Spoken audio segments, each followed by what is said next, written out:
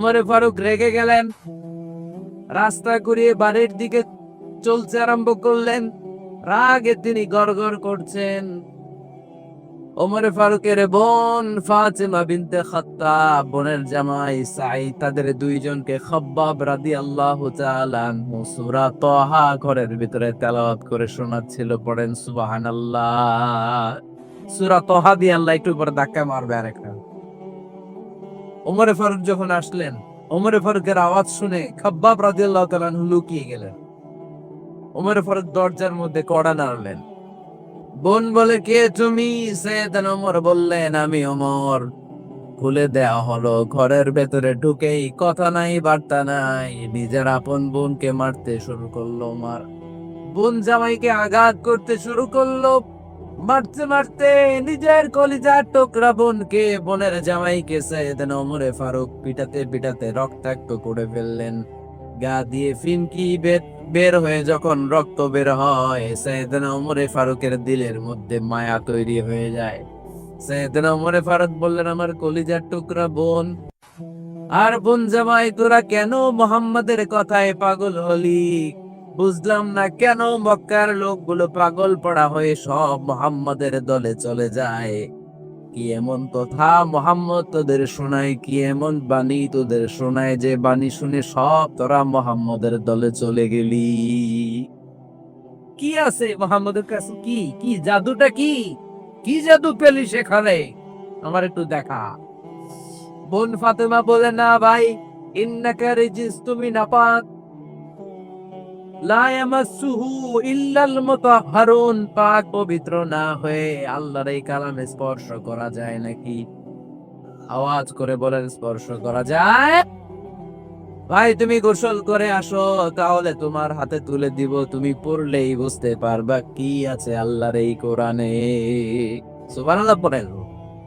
সৈয়দনা ওমর ফারুক গোসল করে আসলেন। বোন এবার সূরা তাহা চামড়ার মধ্যে সূরাতু তাহার কিছু অংশ লিখে খাব্বাব রাদিয়াল্লাহু তাআলা আনহু লুকিয়েছিলেন ওনার হাত থেকে। সূরা তাহার অংশটা নিয়ে সৈয়দনা ওমরে ফারুকের বোন ওমরে ফারুকের হাতে দিয়ে বলল, ভাই তুমি আসার আগে এই অংশটা সবাই মিলে তেলাওয়াত করছিলাম। ওমরে ফারুকের হৃদয়টা তখন একেবারে নরম, কারণ আগে ধাক্কা খাইছি কয়টা? জোরে বলতে হবে। প্রথম ধাক্কাটা কিসের? হ্যাঁ, দোয়া। দ্বিতীয়টা হাক্কা, সূরার নাম হাক্কা দিয়ে দিছেন আল্লাহ ধাক্কা। এবার দিবে সূরা তাহার ধাক্কা। ওমরে ফারুক হাতে নিলেন। খুব ভালো আরবি জানতেন, চমৎকার আরবির অর্থ বুঝতেন, কারণ আরবি ভাষাভাষী মানুষ। হাতে নিয়ে নজর দেওয়ার পরে ওনার চোখ দিয়ে দার দার করে পানি বের হয়ে গেল। ওমরে ফারুক আয়াতগুলোর দিকে তাকিয়ে পড়তে আরম্ভ করলেন। তাহা মা আনজালনা আলাইকাল কুরআনা লিতাশকা ইল্লা তাযকিরাতাল লিমান ইয়াখশা তানজিলাম মিম্মান খালাকাল আরদা ওয়াস সামাওয়াতিল উলা। পড়েন সুবহানাল্লাহ। উনি পড়তে আরম্ভ করলেন, তাহা মা আনজালনা আলাইকাল কুরআনা লিতাশকা, এই কোরআনকে হতভাগা জাতি হিসেবে থাকার জন্য তোমাদের উপর নাজিল করি নাই। তানজিলাম মিম্মান খালাকাল আরদা ওয়াস সামাওয়াতিল উলা, এটা ওই রবের পক্ষ থেকে, ওই সত্তার পক্ষ থেকে নাজিল হয়েছে, যেই রব জমিন তৈরি করেছেন, যেই রব বিশাল সুবিশাল আকাশও তৈরি করেছেন। সুবহানাল্লাহ পড়া। সূরা তাহার এই চমৎকার অসাধারণ শব্দ গাঁথনি দিয়ে এই আয়াতগুলো যখন পড়তে আরম্ভ করলেন, ওমরে ফারুক আর নিজের উপর ব্যালেন্স রাখতে পারলেন না, আর ধরে রাখতে পারলেন না। এবার ডাইরেক্ট অ্যাকশন। এবার কি? এবার কি? 3 নাম্বার ধাক্কা খেয়ে, সূরা তাহার ধাক্কা খেয়ে আর সামলাতে পারলেন না, পাগলের মতো হয়ে গেলেন। বলতে আরম্ভ করলেন, আইনা মুহাম্মদ, মুহাম্মদ কোথায়?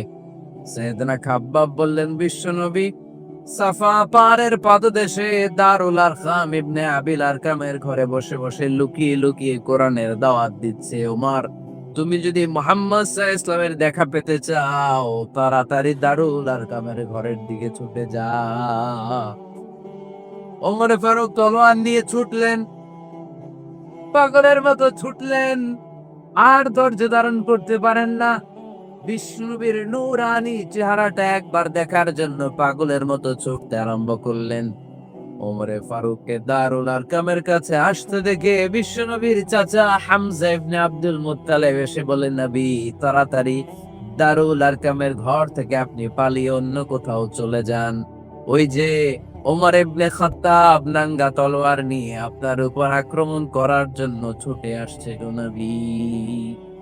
বিষ্ণুই বললেন, ও আমার সাহাবারা, ও আমার চাচা হামজা, সবাই আপনারা সরে যান, ওমরে আসতে দেন, ওমরে বাধা দিয়েন না। কারণ কিছুদিন আগে তাহাজ্জুদের নামাজ পড়ে আমি আল্লাহর কাছে একটা বিশেষ দোয়া করেছি। আমার মন বলছে ওই দোয়াটা আল্লাহ কবুল করতে শুরু করেছে। ওমরে ফারুক চলে আসলেন, এসে কোনো কথা নাই চিৎকার দিয়ে বললেন, আশহাদু আল্লাহ ইলাহা ইল্লাল্লাহ ওয়া আশহাদু আন্না মুহাম্মাদান আবদুহু ওয়া রাসূলুহু। আমি সাক্ষ্য দিলাম আল্লাহ এক, অদ্বিতীয়, আল্লাহ ছাড়া কোনো ইলাহা নাই। নিশ্চয় আপনি মুহাম্মদ আল্লাহর বান্দা এবং রাসূল। সুবহানাল্লাহ পড়ে এই কালমা শাহাদাতের ভেতরে আল্লাহর কথা, আমার নবীর কথা ঢুকিয়ে দিয়েছে কে?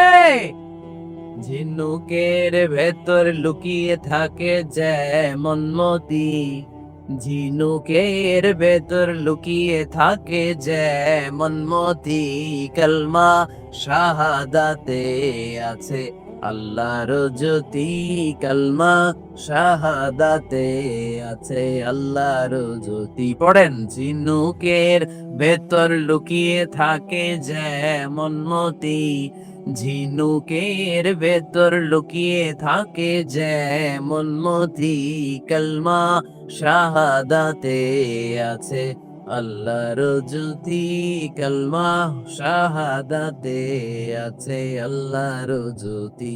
পড়েন আল্লাহু আকবার। ওই শাহাদাতের জ্যোতি সাইয়েদনা ওমর ফারুকের হৃদয়টারে উজালা করে দিল। দুনিয়ার সব ভয়কে পেছনে ফেলে এক আল্লাহর ভয়কে অন্তরে ধারণ করে আওয়াজ করে বললেন, আশহাদু আল্লা ইলাহা ইল্লাল্লাহু ওয়াহদাহু লা শারীকা লাহু ওয়া আশহাদু আন্না মুহাম্মাদান আবদুহু ওয়া রাসূলুহু। পড়েন সুবহানাল্লাহ। তিনটা ধাক্কা। কয়টা? সবাই বলতে হবে কয়টা? প্রথম ধাক্কাটা দোয়া, দ্বিতীয় ধাক্কা হাক্কা, তৃতীয় ধাক্কা সূরা তাহা। তিনটা ধাক্কার মাধ্যমে সাইয়েদনা ওমর ফারুককে মুসলমানদের লিডার বানায় দিল কে? ওমর ফারুক কালিমা পড়ে মুসলমান হয়ে গেছে। মুসলিম সাহাবাদের মধ্যে আনন্দের বন্যা বয়ে গেল। বিশ্বনবী খুশি হয়ে গেলেন, আল্লাহ শুকরিয়া করলেন, আল্লাহ তুমি আমার দোয়া ফিরিয়ে দাও নাই। আমি বলেছি দুজনের একজনকে চাই, তুমি ওমরে ফারুককে দান করেছো। বলেন আলহামদুলিল্লাহ। এবার ওমরে ফারুক বিশ্বনবীর প্রশ্ন করলেন, নবী আলাসনা আলাল হক, আমি প্রশ্ন করি উত্তর দেন, আমরা কি সত্যের উপর নাই? বিশ্বনবী বললেন, বালা ওমর, আমরা এই সত্যের উপরে আছি। আমাদের কোরআন কি সত্য নয়? বিশ্বনবী বললেন, কোরআন ও সত্য। আমাদের রব আল্লাহ কি সত্য নন? বিশ্বনবী বললেন, সত্য। ওমরে ফারুক বললেন, তাহলে ফিমাল ইখতিফা, তাহলে লুকিয়ে লুকিয়ে আর গোপনে দাওয়াতি কাজ কেন? আপনি সত্য নবী, কোরআন সত্য কিতাব, আমার রব আল্লাহ সত্য, আর আমি উমর কালিমে পড়ে মুসলমান হয়ে গিয়েছি, তাহলে ফিমাল ইখতিফা, আর লুকিয়ে লুকিয়ে কোরআনের দাওয়াত দিবেন কেন? বের হন, মক্কার শহরের মাঝখানে চলে আসেন, চিৎকার করে আমরা আল্লাহর নামের ঘোষণা দেব। বিশ্বনবী বললেন, না ওমর,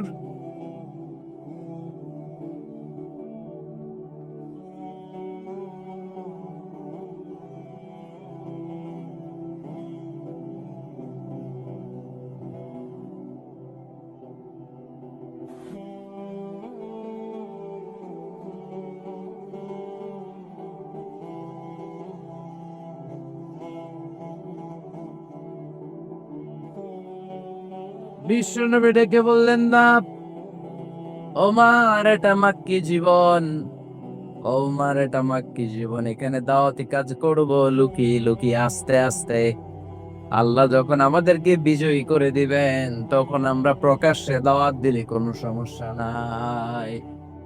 সাইয়েদনা ওমর ফারুক বলেন, না ও নবী, আমার উপর ছেড়ে দেন, আমি দেখবো আপনি আমারে শুধু মক্কার জমিনে একটা মিছিল দেওয়ার অনুমতি দেন। কিসের অনুমতি? আল্লাহর নামের তাকবীর দেওয়ার অনুমতি দেন। বিষ্ণু বললেন, ঠিক আছে, সাবধানে তাকবীর দিও। ওমরে ফারুক তাকবীর দেওয়ার জন্য লোক খুঁজতে আরম্ভ করলেন। মুসলিম 11 জন সাহাবাকে খুঁজে পেলেন। কয়জন? ওমরে ফারুক বললেন 11 জনই চলবে। 11 জনকে 2 লাইন করলেন। কয় লাইন? পিছনে 6 জন, সামনে 5 জন। পিছনের লাইনের নেতা বানিয়ে দিলেন বিশ্বনবীর চাচা হামজা ইবনে আব্দুল মুত্তালিবকে। প্রথম লাইনের 5 জনের নেতৃত্ব দিতে আরম্ভ করলেন সাইয়েদনা ওমরে ফারুক নিজেই। 2 লাইন, 2 লাইন তাকবীর দিতে জানলে বেশি মানুষ লাগে না, 10 জন দিয়ে গোটা বিশ্বটারে কাঁপিয়ে দেয়া যায়। 11 জন, 11 জন, 6 আর 5। ওমর ফারুক সামনে দাঁড়ালেন। ওমরে ফারুক সামনে দাঁড়িয়ে এবার আল্লাহর নামের স্লোগান দিবেন। ওমরে ফারুক বললেন, আমরা খুব লম্বা চূড়া স্লোগান দিব না, খুব ছোট্ট। দারুল আরকামের ঘর থেকে কাবা ঘর পর্যন্ত, বাইতুল্লাহ পর্যন্ত, এতটুকু জায়গা আমরা তাকবীর দিতে দিতে সামনের দিকে এগোবো। পৃথিবীর কোনো শক্তি আমাদেরকে থামায় দিতে পারবে না। ওমরে ফারুক তখন এক বাক্যের একটা ভাষণ দিলেন। কয় বাক্যের? ওমরে ফারুক সামনে দাঁড়িয়ে বললেন, মান আরাদা আন তাসকুলা উম্মু ইয়াতামা ওয়ালাদু তারমিলা যাওজাতুহু ফালিয়াসুদ্দানি। কে আছো? মান আরাদা আন তাসকুলা উম্মু, কে আছো মায়ের বুক খালি করতে চাও? ইয়াতামা ওয়ালাদু, কে আছো বাচ্চাগুলারে, সন্তানগুলারে ইতিম বানাতে চাও? তারমিলা যাওজাতুহু, কার এত বড় বুকের পাটা আছে দেখি, কে আছো স্ত্রীকে বিধবা বানাতে চাও? বুকের পাটা থাকলে আমি উমরে থামা, যদি সাহস থাকে আমি উমরের মিছিল থামা। ওমর ফারুক শুরু করলেন, আল্লাহু আকবার, আল্লাহ কুসুর, আল্লাহু আকবার। স্লোগান দিতে দিতে সাইয়েদনা ওমর ফারুক কাবার গিলাফ যে স্পর্শ করলেন, ওমর ফারুকের স্লোগান কেউ থামাতে পারে নাই। কিয়ামত পর্যন্ত এ আল্লাহর নামের স্লোগান কেউ থামাতে পারবে না। চিল্লায় বলো ঠিক কি না?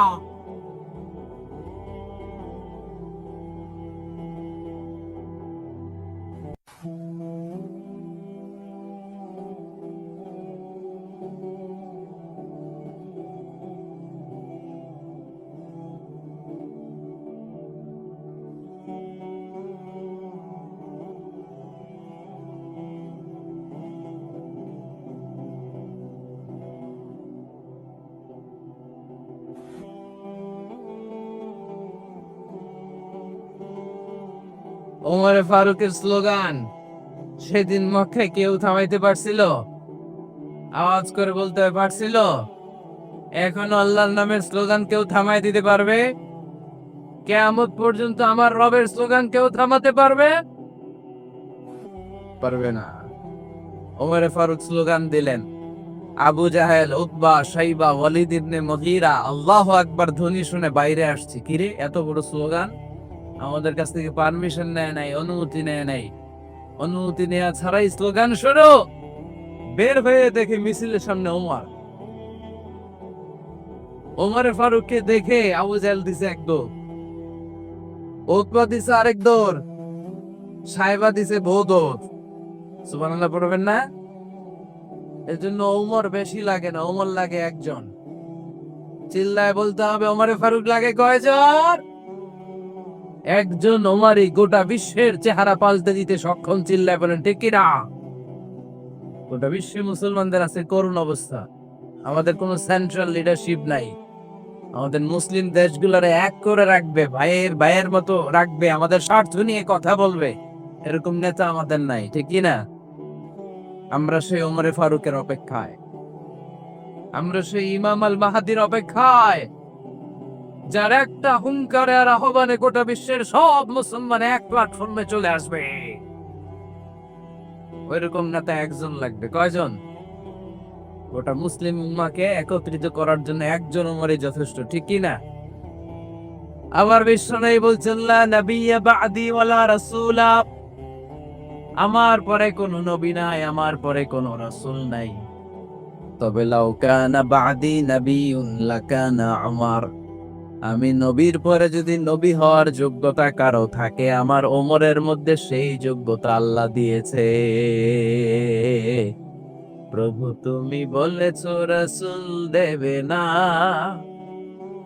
বলনি দেবে না ওমর, বলনি দেবে না হামজা তারিক, খালিদ বিজয় সমর। প্রভু তুমি বলেছ রাসূল দেবে না, বলনি দেবে না ওমর, বলনি দেবে না হামজা তারিক, খালিদ বিজয় সমর। প্রভু তুমি বলেছ রাসূল দেবে না।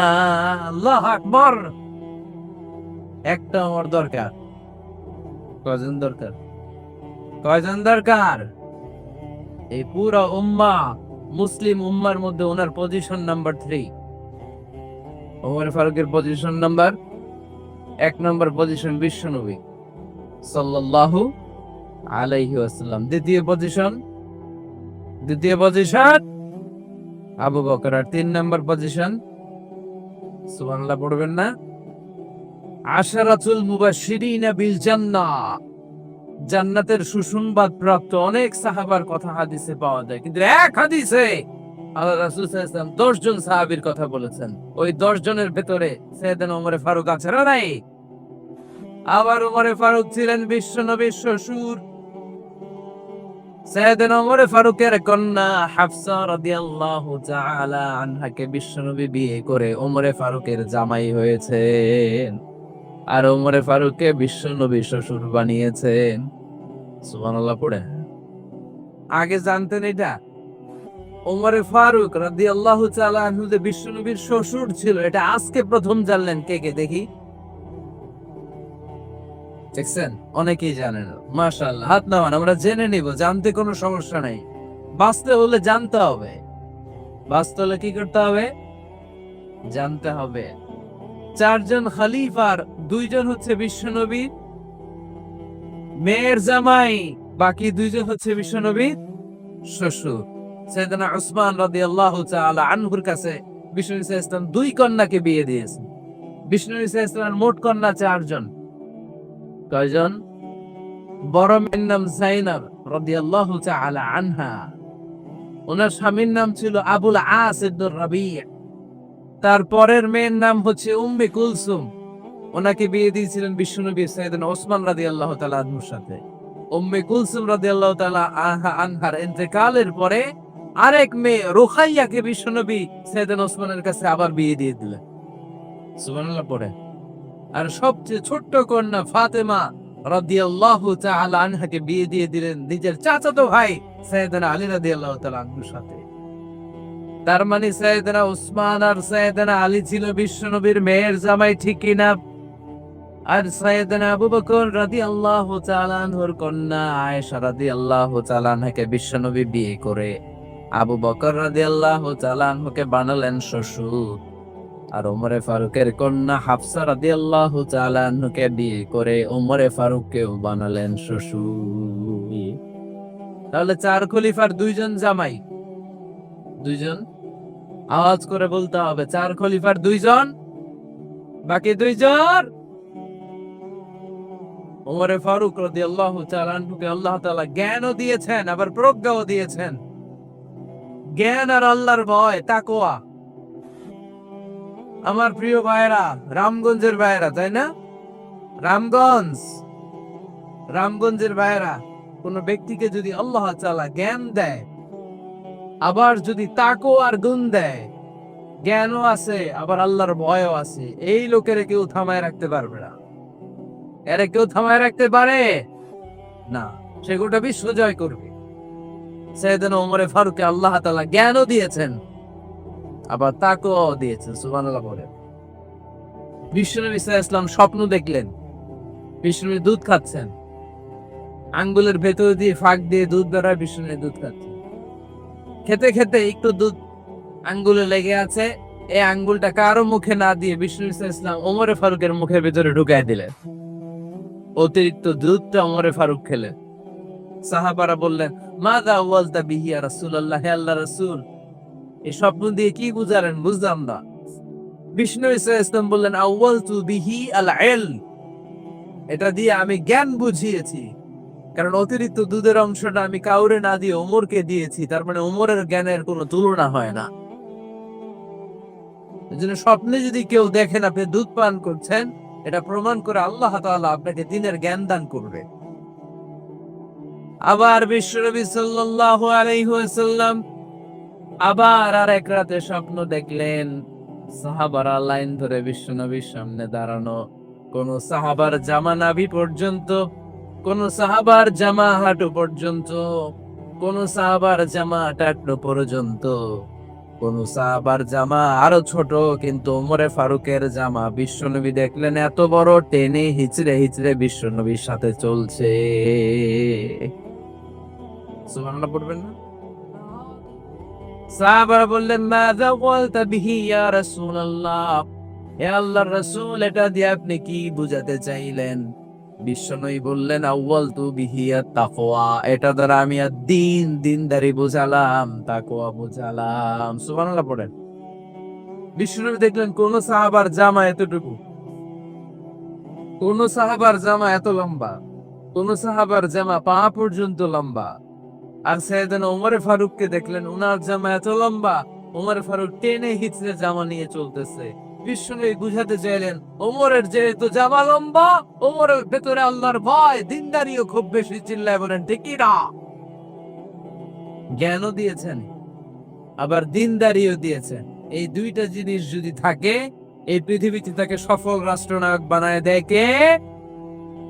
আবার এই পৃথিবীর বুকে যত নারীরা জান্নাতে যাবে, সব নারীদের সর্দারিনী হবে সাইয়্যিদাতুনা ফাতিমা রাদিয়াল্লাহু তাআলা আনহা। এই দুনিয়াতে যত যুবকরা জান্নাতে যাবে, তাদের সর্দার হবে সাইয়েদনা হাসান আর হুসাইন রাদিয়াল্লাহু তাআলা আনহুমা। আর এই দুনিয়ার বুকে যত বয়স্ক মানুষেরা জান্নাতে ঢুকবে, তাদের নেতৃত্ব দিবেন সাইয়েদনা আবু বকর আর সাইয়েদনা উমর।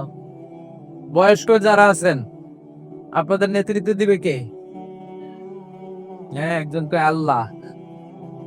না, আল্লাহ তো তোমার জান্নাত দিবে, কিন্তু তোমার জান্নাতে নিয়ে যাবে কে? সাইয়েদনা আবু বকর, সাইয়েদনা উমর। আর ইয়াং যারা তোমরা এসেছো, তোমরা যখন জান্নাতে ঢুকবা, তোমাদের লিডারশিপ নিবে কে? হাসান আর হুসাইন রাদিয়াল্লাহু তাআলা আনহুমা। আর নারীরা যারা জান্নাতে প্রবেশ করবে, এই নারীদের নেতৃত্ব দিবে বিশ্বনবীর কলিজার টুকরা, নয়নের বুটুলি সাইয়্যিদাতুনা ফাতিমা রাদিয়াল্লাহু তাআলা আনহা। সুবহানাল্লাহ পড়বেন না? ওমরে Farooq, the super hero of Muslim উম্মাহ। আমরা কাদেরকে সুপার হিরো বানায় রাখছে আমরা জানি না। এই নায়ক নায়িকা, গায়ক গায়িকা, মডেলরা, চোখ ধাঁধানো গ্ল্যামার নিয়ে যারা চলে, এরা আমাদের মডেল নয়। আমাদের মডেল সাইয়েদনা ওমরে ফারুক। ঠিক কিনা? ঠিক কিনা? ওমরে ফারুক মসজিদে নববীর খতিব, খুতবা দিচ্ছেন, আপনারা কথা শুনতেছেন। কষ্ট হচ্ছে? কষ্ট হচ্ছে কার কার দেখি? তোমার? এরা বাইদা রাখেন রশি দিয়ে এই জায়গায়। বেশি লাফালাফি করতেছো, আর লাফাবা না, ঠান্ডা মাথায় শোনো। ওকে, মাশাআল্লাহ, ভালো ছিল। থাক, বাধার দরকার নাই, এমনি বসে থাকবে। মনোযোগ আছে না গেছে? আছে? আচ্ছা, আরো কয়েক মিনিট শুনবেন না? আচ্ছা। ওমরে ফারুক রাদিয়াল্লাহু তাআলা আনহু জুমার খুতবা দিচ্ছেন। ওঠা বসা করলে আমি আলোচনা বন্ধ করে দেব। No way, no way. কেউ উঠতে পারবে না। সময় দিয়েছিলাম 1 মিনিট। যার উঠে যেতে মনে চায়, সকাল থেকে বসে আছেন, ওয়াশরুমে যাবেন, যান, সময় দিলাম, এরপরে উঠা বসা কেন আবার? একজন উঠতে পারবেন না। এদেরকে টাইনা নামান তো, বসান, টান দেন, জামা ধরে টান দেন। হ্যাঁ টানেন, হ্যাঁ ঠিক আছে, আরো জোরে বসান, টাইনা বসান। হ্যাঁ ঠিক আছে, এদেরকে টান দেন, এদের বসান, এগুলারে জামা ধরেন, জামা ধরেন, ধরেন চাদর ধরেন, হ্যাঁ ঠিক আছে, হইছে। এই দাঁড়াইছে, ঘেরে বসান, বস। এবারে দিকে তাকান। হুম। ওমর ফারুক জুমার খুতবা দিচ্ছেন। কিসের খুতবা? খুতবার মাঝখানে হঠাৎ চিৎকার মেরে বললেন, ইয়া সারিয়া তাবদাজানি বিল জাবাল, বিল জাবাল, ইয়া সারিয়া তাবদাজানি বিল জাবাল। মানে এই সারিয়া, এইদিকে না, জবাল, পাহাড়ের দিকে, জবাল, জবাল, গো টু দা মাউন্টেন, পাহাড়ের দিকে যাও। এই কথা বলে আবার থেমে খুতবা দেওয়া শুরু করলি। সাহাবারা আগা মাথা কিছুই খুঁজে পেল না। আগের কথার সাথেও মিল নাই, পরের কথার সাথেও মিল নাই। জুমার নামাজ শেষ। সাহাবারা বললেন, আমির আল মুমিনিন, খলিফাতুল মুসলিমিন ওমর ফারুক জুমার খুতবা দেওয়ার সময় হঠাৎ চিৎকার মেরে বললেন, ইয়া সারিয়াত ইবনে জানি বিল জাবাল। আপনার এই বাক্যের সাথে আপনার খুতবার আগের কথার কোনো মিল পেলাম না, পরের কথারও কোনো মিল পেলাম না। আপনি বুঝিয়ে বলেন, কেন বলেছেন, আমরা তো বুঝলাম না।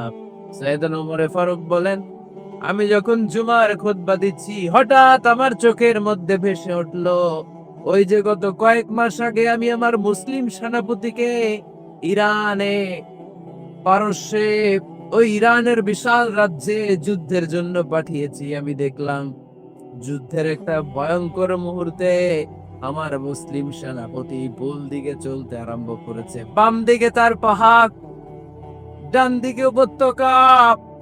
ডান দিকে যদি সে চলে যায়, উপত্যকায় চলে যায়, শত্রু বাহিনীর হাতে ধরা খেয়ে সব মারা যাবে। আর আমার সেনাপতি যদি মুসলিম বাহিনীকে নিয়ে পাহাড়ের উপর উঠে যায়, আল্লাহর মেহেরবানিতে এই যুদ্ধ তারা জয়লাভ করবে।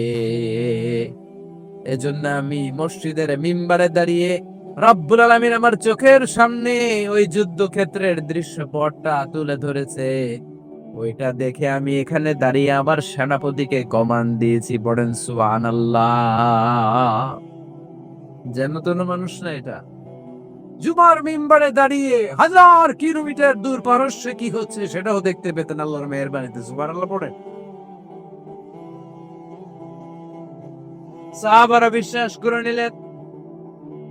কিন্তু মুনাফিক টাইপের যেগুলো, এগুলো বলে, এটা আবার কেমন কথা, উনি আছেন মদিনার মিম্বারের মধ্যে দাঁড়িয়ে, 1000 কিলোমিটার দূরে কি হচ্ছে উনি দেখবেন কেমনে। এরা বিশ্বাস করলো না, সাহাবারা সবাই বিশ্বাস করলো, মুনাফিক গুলো বিশ্বাস করলো না। তারা মনে মনে ভাবলো, এই মুসলিম সেনাপতি বিজয়ের বেশে যেদিন মদিনায় আসবে, আমরা মদিনার উপকণ্ঠে দাঁড়িয়ে থাকবো, ওদেরকে জিজ্ঞেস করবো, এমন এমন দিন ওমরে ফারুকের কণ্ঠের কোনো আওয়াজ শুনতে পেরেছিলে কিনা। বিজয়ী বেশে সাহাবারা যখন ফিরে আসতো, সব মুমিনরা আহলান ওয়া সাহলান জানাতে ওদেরকে রিসিভ করতে যেত, মুনাফিক গুলো যেত না। কিন্তু ওই দিন মুনাফিকরা সবার আগে যে হাজির। মুসলিম সেনাপতি যখন ঢুকলো, জিজ্ঞেস করলো, মুসলিম সেনাপতি, এত এত দিন আগের কথা, জুমার দিন দুপুর বেলা যুদ্ধক্ষেত্রে হঠাৎ করে আমিরুল মুমিনিনের কোনো কথা তুমি তোমার কান দিয়ে শুনতে পেরেছিলে কিনা বলো। সেনাপতি বলল, তোমরা কেমন করে বুঝলা, কেমন করে তোমরা জানলা? তোমরা ঠিকই জেনেছো, ঠিকই ধরেছো, ঠিকই বলেছো। যুদ্ধের কঠিন মুহূর্তে ভুল করে আমি উপত্যকার দিকে মুসলিম বাহিনীকে নিয়ে ছুটতে আরম্ভ করেছিলাম। হঠাৎ করে আমিরুল মুমিনিনের একটা কণ্ঠ আমার কানের ভেতরে ভেসে আসলো। আমি শুনতে পেলাম, ইয়া সারিয়া তাবনাজানি নীল জাবাল, ডান দিকে উপত্যকার দিকে যেও না, তাড়াতাড়ি বাম দিকে পাহাড়ের উপর চড়ে যাও। শুনেছি আমি, আমার নিজ কানে শুনেছি। তোমরা কি করে জানলে? আমি নিজে শুনেছি। সেদিন আমিরুল মুমিনের ইনস্ট্রাকশন, এই গাইডলাইন যদি আমরা ফলো করতে না পারতাম, শত্রু বাহিনীর হাতে আমরা কচুকাটা হতাম। আমাদের চেহারা, আমাদের আত্মীয় স্বজনরা তোমরা কেউ দেখতে পেতে না। পড়েন সুবহানাল্লাহ।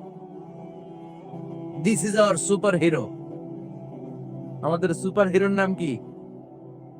চিল্লায় বলতে হবে,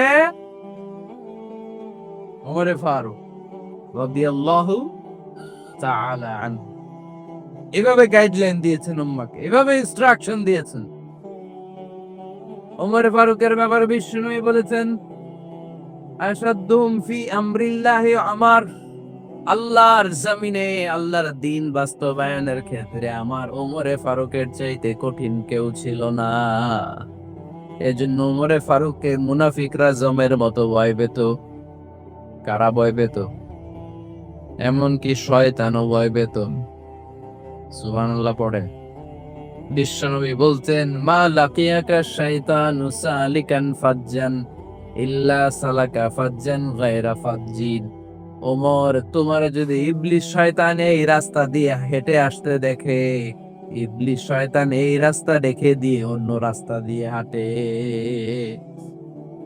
ওমর, তুমি যদি এই রাস্তা দিয়ে হাঁটো, শয়তান জীবনে ওই রাস্তা দিয়ে হাঁটবে না। এই রাস্তা দিয়ে আরেক রাস্তা দিয়ে হাঁটে। সুবহানাল্লাহ কইতে বললেন না? আল্লাহর হাবিব সাল্লাল্লাহু আলাইহি ওয়াসাল্লামের স্ত্রীরা মাঝে মাঝে রাসূল সাল্লাল্লাহু আলাইহি ওয়াসাল্লামের কাছে বায়না ধরতো, নবী আমাদেরকে এইটা দেন, ওইটা দেন, আমাদের ঘরে এইটা নাই, ওইটা নাই। বিশ্বনবীকে, আমার কাছে কিছু নাই, থাকলে এমনি থাকো, নাইলে যাও।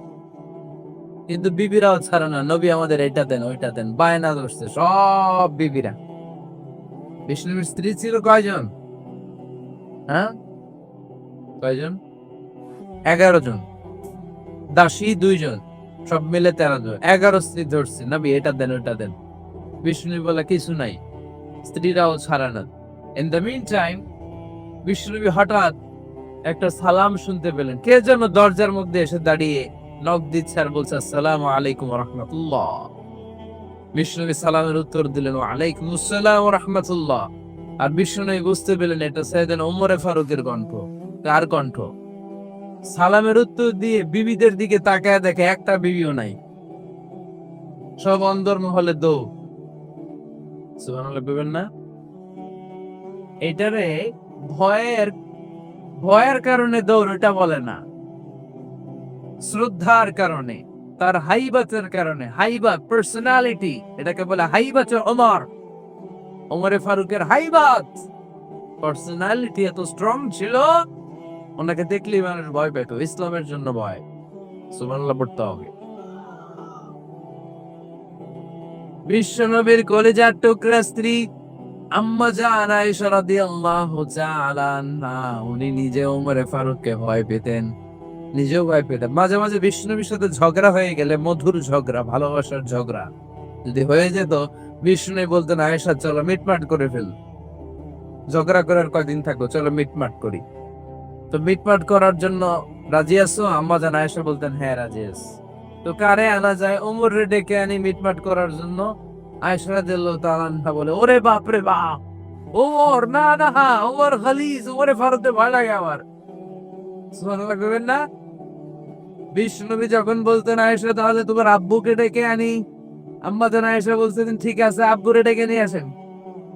আবু বকর রাদিয়াল্লাহু তাআলা আনহুরে ডেকে নিয়ে আসেন। আমার আব্বুর মতো নরম দিলের মানুষ আমি জীবনে দেখি নাই। আবু বকর রাদিয়াল্লাহু তাআলা আনহু খুব নরম দিলের লোক ছিলেন। তার বিপরীতে ওমরে ফারুক ছিলেন খুব কঠিন মেজাজে। দুইটাই লাগে, কথা কও। নরমও যেমন লাগে, গরমও লাগে। নরম গরমের সমন্বয় দরকার আছে না নেই? আর সুপার হিরো ওমরে ফারুক রাদিয়াল্লাহু তাআলা আনহু। আমরা যাদের আমাদের ছোট্ট বাচ্চা আছে, ঘরে 2 বছর 3 বছরের শিশু আছেন আমাদের, রাতের বেলা দেখবেন খেতে চায় না, খালি মায়ের জ্বালায়।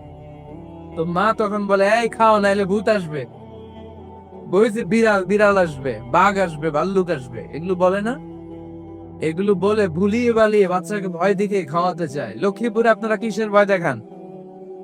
হ্যাঁ, ভূতের। কিসের? কিসের? বাঘের। কালা বিলাই। কাওয়াসান। আচ্ছা, তো এই যে বাঘ আসবে, ভাল্লুকের, এই তাড়াতাড়ি খাও, বাঘ আসবে। বাঘের কথা শুনলে বাচ্চারা খেয়ে ফেলে ভয়ে। এই ভূত আসবে, ভূত, তাড়াতাড়ি খা, না খাইলে ভূতে ধরবে, তো খা। সাথে সাথে খায়। মদিনাতে যখন ওমরে ফারুক রাদিয়াল্লাহু তাআলা আনহু মদিনার খলিফা, তখন মদিনার বাচ্চারাও মাদেরকে এরকম জ্বালাতো, খেতে চাইতো না। মায়েরা খাবার নিয়ে বাচ্চাদের পেছনে ঘুরতো, তখন মদিনার মায়েরা বাচ্চাদেরকে বলতো, তাড়াতাড়ি খাও, হা হুয়া ইয়াতি উমর, হুয়া উমর, তাড়াতাড়ি খাও, ওই যে ওমর আসতেছে, ওমর। ওমর আসতেছে শুনলেই বাচ্চারা তাড়াতাড়ি খেয়ে ফেলতো, বাঘের মতো ভয় পেত, চিল্লায় পড়েন আল্লাহু আকবার। মুসলিম ইতিহাসের প্রথম চিফ জাস্টিস আবু বকর রাদিয়াল্লাহু তাআলা আনহু যখন খলিফা, চিফ জাস্টিস বানাই দিয়েছেন ওমরে ফারুককে। সর্বপ্রথম কোরআন সংকলনের পরামর্শ দিয়েছেন সাইয়েদনা ওমরে ফারুক। এই যে কোরআন 114 সূরা, 30 পারা, আগে কি এরকম ছিল? কথা কন না কেন? আগে গাছের পাতায় লেখা ছিল, পশুর চামড়ায় লেখা ছিল, ওটের হাড্ডির মধ্যে লেখা ছিল কোরআন। এভাবে যখন হাফেজে কোরআন সাহাবারা শহীদ হতে আরম্ভ করলো, এক যুদ্ধে টানা 70 জন হাফেজে কোরআন সাহাবা নিহত হলেন, শহীদ হলেন। ওমরে ফারুক তখন আবু বকর রাদিয়াল্লাহু তাআলা আনহুর কাছে যেয়ে বললেন, আবু বকর, আপনি কোরআন জমা করেন, সব কোরআনের কপিগুলো একসাথে করে এরকম একটা কোরআন করেন। আবু বকর বললেন, না, আমার নবী যেটা করেন আমি এটা করতে পারি না। কিন্তু ওমরে ফারুক ছাড়েন, আর এটা করেন, করলে ভালো হবে, ওটা মুসলিম উম্মাহ উপকৃত হবে, বারবার বারবার বারবার। সাইয়েদনা আবু বকর রাদিয়াল্লাহু তাআলা আনহুকে এত জোরাজুরি করতেছিলেন, অবশেষে আবু বকর রাদিয়াল্লাহু তাআলা আনহু বললেন, ওমরে ফারুকের জোরাজুরিতে এই কাজের জন্য আল্লাহ তাআলা আমার হৃদয়টারে খুলে দিলেন। আল্লাহ আমার হৃদয়ের ভিতরে ইলহাম করে দিলেন, আর আল্লাহ বুঝাতে চাইলেন, আবু বকর, ওমরের কথাই শোনো, ওমর যেটা বলে তেমনটাই করো। ও, কারণ ওমরে ফারুককে বলা হয় মুহাদ্দাস। কি বলে? সবাই বলেন, কি বলে? মুহাদ্দিস না মিয়া? মুহাদ্দিস মানে যে হাদিস বিশারদ, আর মুহাদ্দাস মানে যার মুখ থেকে আল্লাহর কথাগুলো বের হয়। আল্লাহ কি বলতে চায়, আল্লাহ তাআলা ওই কথাগুলো, ওই ভাবনাগুলো ওই লোকের মুখ দিয়ে বের করে দেয়। জোরে বলেন সুবহানাল্লাহ। বিষ্ণু বললেন, লিকুল্লি উম্মাতিন মুহাদ্দাস, সব উম্মতের মধ্যে আল্লাহ তাআলা একজন করে মুহাদ্দাস পাঠায়। আমার উম্মতের মধ্যে মুহাদ্দাস লোকটার নাম হলো ওমর। বিভিন্ন সময়ে ওমরে ফারুক যেমনটা ভাবতেন, ঠিক তেমন তেমন কোরআনের আয়াত পাঠিয়েছে কে? মদিনার সবচেয়ে বড় মুনাফিকের নাম হচ্ছে আব্দুল্লাহ ইবনে উবাই ইবনে সালুল। নাম শুনছেন? মুনাফিক ছিলেন তো আপনারা? ভিতরে এক, বাইরে আরেক। তার নাম সর্দার হচ্ছে আব্দুল্লাহ ইবনে উবাই ইবনে সালুল। ইন্তেকালের পরে তার ছেলে আব্দুল্লাহ এসে বলে, ইয়া রাসূলুল্লাহ, চমৎকার ঘটনা, মনোযোগ দিয়ে শুন। ইয়া রাসূলুল্লাহ, আমার আব্বা আব্দুল্লাহ ইবনে উবাই ইবনে সালুল মুনাফিকদের লিডার, আপনিও জানেন আমিও জানি, কিন্তু আমার তো বাবা, আমার কি, আমার তো মায়া লাগে। ইয়া রাসূলুল্লাহ, আমার আব্বা ইন্তেকাল করেছে, আপনার গায়ের একটা জামা খুলে দেন। কি খুলে দেন? এই জামাটা দিয়ে আমার বাবার দাফন দেব, আর আপনি যে আমার বাবার জানাজার নামাজের ইমামতি করবেন, আসেন। ওমরে ফারুক বললেন, না, আপনি যাবেন না।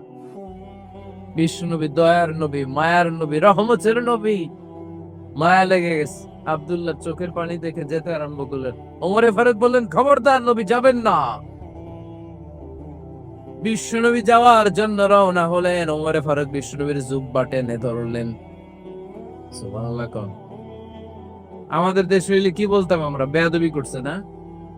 না, সম্পর্কটা এমন ছিল।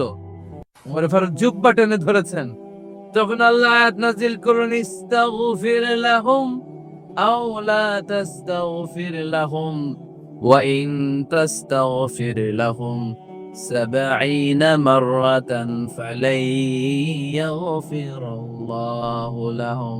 বিশ্বনবী ওমর ফারুককে সরিয়ে দিয়ে জুব্বাটা হেঁচকা টান মেরে জানাজার নামাজের ইমামতি করে আসলেন।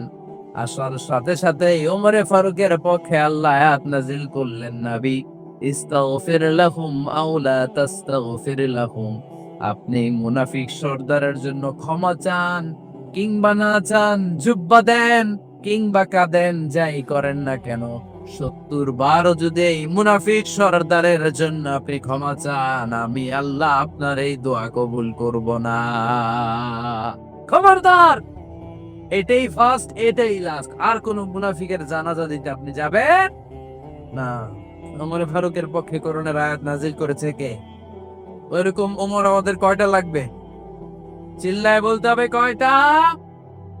কারণ সাইয়েদনা ওমর ফারুক আমাদের অনুপ্রেরণা, সাইয়েদনা আবু বকর আমাদের অনুপ্রেরণা, হামজা আমাদের অনুপ্রেরণা, সাইয়েদনা বিলাল ইবনে রাবাহ আমাদের অনুপ্রেরণা।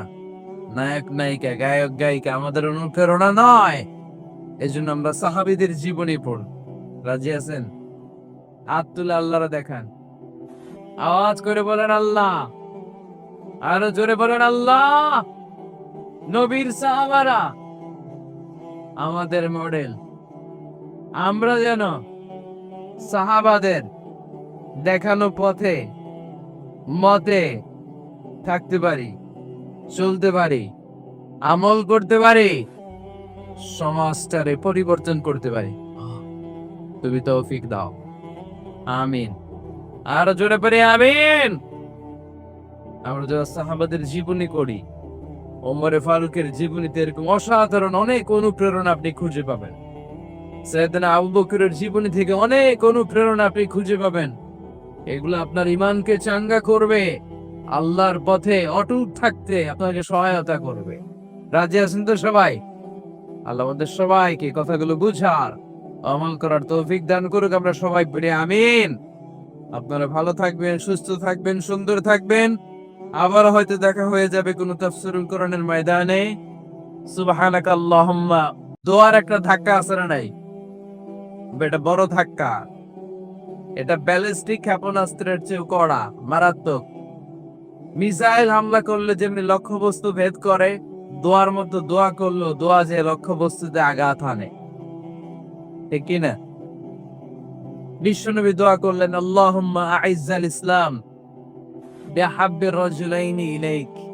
আল্লাহ, এই মক্কার দুইজন লোকের একজনকে তুমি কালিমার সুশীতল ছায়াতলে এনে দাও। দুইজন লাগবে না, কয়জন লাগবে? জোরে বলেন, একজন। কারণ যুগ জামানা পাল্টে দিতে চাই না অনেকজন, এক মানুষই আনতে পারে জাতির জাগরণ। এক মানুষই বিপদকালে বাঁচায় কাফেলায়, ক্ষুদ্র ডিঙ্গি বাঁচায় জাহাজ অসীম দরিয়ায়। এজন্য জামানা পাল্টে দিতে লাগে কয়জন? এজন্য বিশ্বনবী আল্লাহর কাছে দোয়া করলেন, আল্লাহ মক্কার দুজনের একজন, দুজন চাই না, দুজনের যে কোনো একজনকে কালিমার সুশীতল ছায়াতলে এনে দাও। এক হলো ওমর ইবনুল খাত্তাব, হয়তো খাত্তাবের বেটা ওমরকে তুমি ইসলামের ভেতরে নিয়ে আসো, কিংবা আবি জাহাল ইবনে হিশাম, হিশামের বেটা আবু জাহেলকে তুমি মুসলমান বানায়া দাও। দুইজন চাইছেন নাকি একজন?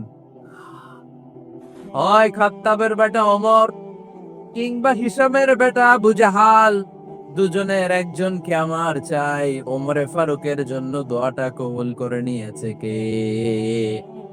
তাহাজ্জুদের নামাজ পড়ে বিশ্বনবী যখন দোয়া করলেন, এই দোয়া যে ওমরে ফারুকের হৃদয়ে একটা ধাক্কা মারল।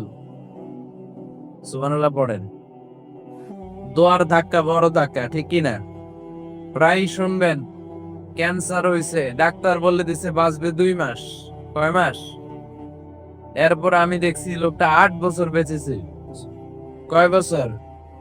ডাক্তার বলছে বাঁচবে কয় মাস, বেঁচে ছিল কয় বছর? 8 বছর।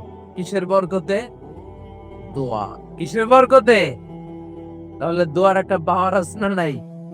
একটা বিশ্বনবী দোয়া করলেন, আল্লাহ ওই ওমরে ফারুককে আপনি এনে দেন, অথবা আবু জাহেলের মনটারে নরম করে দেন।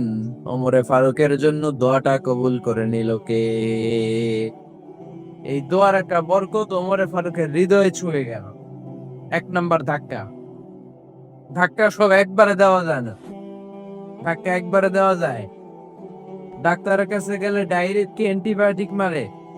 কথা বলেন। প্রথমে সামান্য ওষুধ দেয়, সিম্পল ডোজ, তারপরে ডোজ একটু বাড়ায়, ফাইনালি কাজ না হলে অ্যান্টিবায়োটিক মারা। কথা বলেন। প্রথম ধাক্কাটা গেল তিনি দোয়ার ধাক্কা। বিশ্বনবী দোয়া করলেন, ওই দোয়ায় ওমরে ফারুকের হৃদয়ে ছুঁয়ে গেল। এরপরে রব্বুল আলামিন ওমরে ফারুককে ধাক্কা মারলেন কোরআনের একটা সূরা দিয়ে। সূরাটার নাম হলো সূরাতুল হাক্কা। কি সূরা? কোন সূরা দিয়ে ধাক্কা দিছে? সূরা হাক্কা। সূরা হাক্কা দিয়ে দিছে এক, কথা কয় না। সূরা হাক্কা দিয়ে দিয়েছেন এক। আল হাক্কাতু মাল হাক্কা ওয়া মা আদরাকা মাল হাক্কা। সূরা হাক্কা দিয়ে আল্লাহ একটা ধাক্কা মারলেন। ওই যে দোয়া করলেন বিশ্বনবী, দোয়ার পর সাইয়েদনা ওমর ফারুকের হৃদয়ের মধ্যে উথাল পাতাল শুরু হয়ে গেল। সব সময় লুকিয়ে লুকিয়ে বিশ্বনবীরে ফলো করে। বিশ্বনবী ডানে গেলে ওমরে ফারুক ডানে যায়, বিশ্বনবী বাঁয়ে গেলে ওমরে ফারুক বাঁয়ে যায়। বিশ্বনবী রাত্রিবেলা নামাজ পড়লে ওমরে ফারুক পেছনে লুকিয়ে লুকিয়ে বিশ্বনবীর কোরআন শুনে। বিশ্বনবী মসজিদুল হারামের পাশে দাঁড়িয়ে রাতের এশার সালাত আদায় করছিলেন। ওই টাইমে বিশ্বনবী সূরাতুল হাক্কা তেলাওয়াত করছিলেন। কোন সূরা? সূরাতুল হাক্কা বিশ্বনবী তেলাওয়াত করছেন। ওমরে ফারুক মন্ত্রমুগ্ধ হয়ে বিশ্বনবীর কণ্ঠের তেলাওয়াত শুনে। বিশ্বনবীর তেলাওয়াতের কণ্ঠ আমাদের কণ্ঠের মতো নাকি? বিশ্বনবীর কণ্ঠ কারি বাসুদের কণ্ঠের মতো? আহমদ বিন ইউসুফের কণ্ঠের মতো? আমার নবীর কণ্ঠের সুরের ঝংকারের সাথে পৃথিবীর কোন কারি সাহেবের তুলনা চলবে? কত মধুর, কত সুন্দর, কত অসাধারণ তেলাওয়াত করতেন আমার বিশ্বনবী। একবার তেলাওয়াত শুনলে পাগল না হয়ে কেউ থাকতে পারতো না। বিশ্বনবী ওমরে ফারুককে দেখেন নাই? ওমরে ফারুক লুকিয়ে লুকিয়ে বিশ্বনবীরে ফলো করে। বিশ্বনবী এশার সালাতে সূরা হাক্কা তেলাওয়াত করতে আরম্ভ করলেন। তেলাওয়াত করতে করতে করতে করতে বিশ্বনবী সামনের দিকে যেতে লাগলেন। বিশ্বনবীর চমৎকার কণ্ঠের তেলাওয়াত শুনে ওমরে ফারুক মুগ্ধ হতে লাগলো। ওমরে ফারুক অবাক, কিরে এত সুন্দর শব্দের গাঁথনি, এত সুন্দর বাক্য, এত সুন্দর অন্তমিল, এত সুন্দর কথা, এটা কবিতার মতো লাগে। মনে হয় মোহাম্মদ কবি হয়ে গেছে। কি হয়ে গেছে? সবাই বলে মনে হয় মোহাম্মদ কবি হয়ে গেছে, কাব্য প্রতিভা দিয়ে নিজেই কবিতা বানাইছে। ওমরে ফারুক যখন মনে মনে ভাবলেন এগুলো মনে হয় মোহাম্মদ কবিতা পড়ে, মোহাম্মদ মনে হয় কবি হয়ে গিয়েছে। ইন দা মিন টাইম বিশ্বনবী তেলাওয়াত করছিলেন সূরা হাক্কা থেকে, ওয়ামা হুয়া বিকাউলি শাইরিন কলিলাম মা তুমিনুন। এই আয়াতের অর্থ হলো, এটা কোনো কবির বানানো কবিতা নয়, তোমরা অল্প সংখ্যক লোকই এই কোরআনের উপরে ঈমান আনো। সুবহানাল্লাহ পড়ে।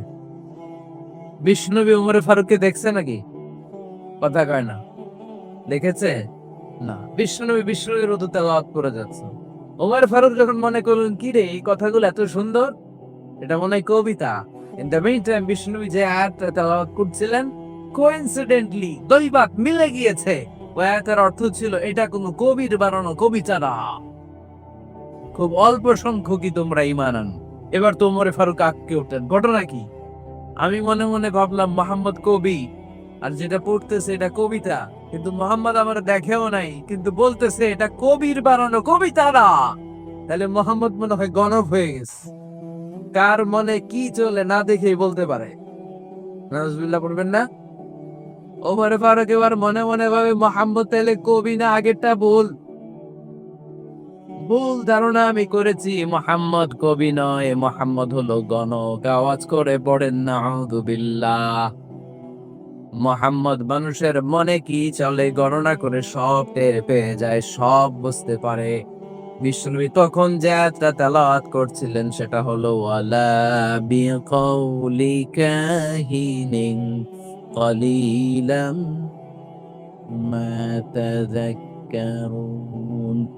বিষ্ণুবী তখন যে আয়াতটা তেলাওয়াত করছিলেন, এই আয়াতের অর্থ হলো এটা কোনো গণকের বানানো কথা নয়, খুব অল্প সংখ্যক লোকই তোমরা উপদেশ গ্রহণ করো। ও, বিষ্ণুনবী ওমর ফারুককে দেখে, কথা কয় না, দেখে না, কিন্তু মিলে যাচ্ছে।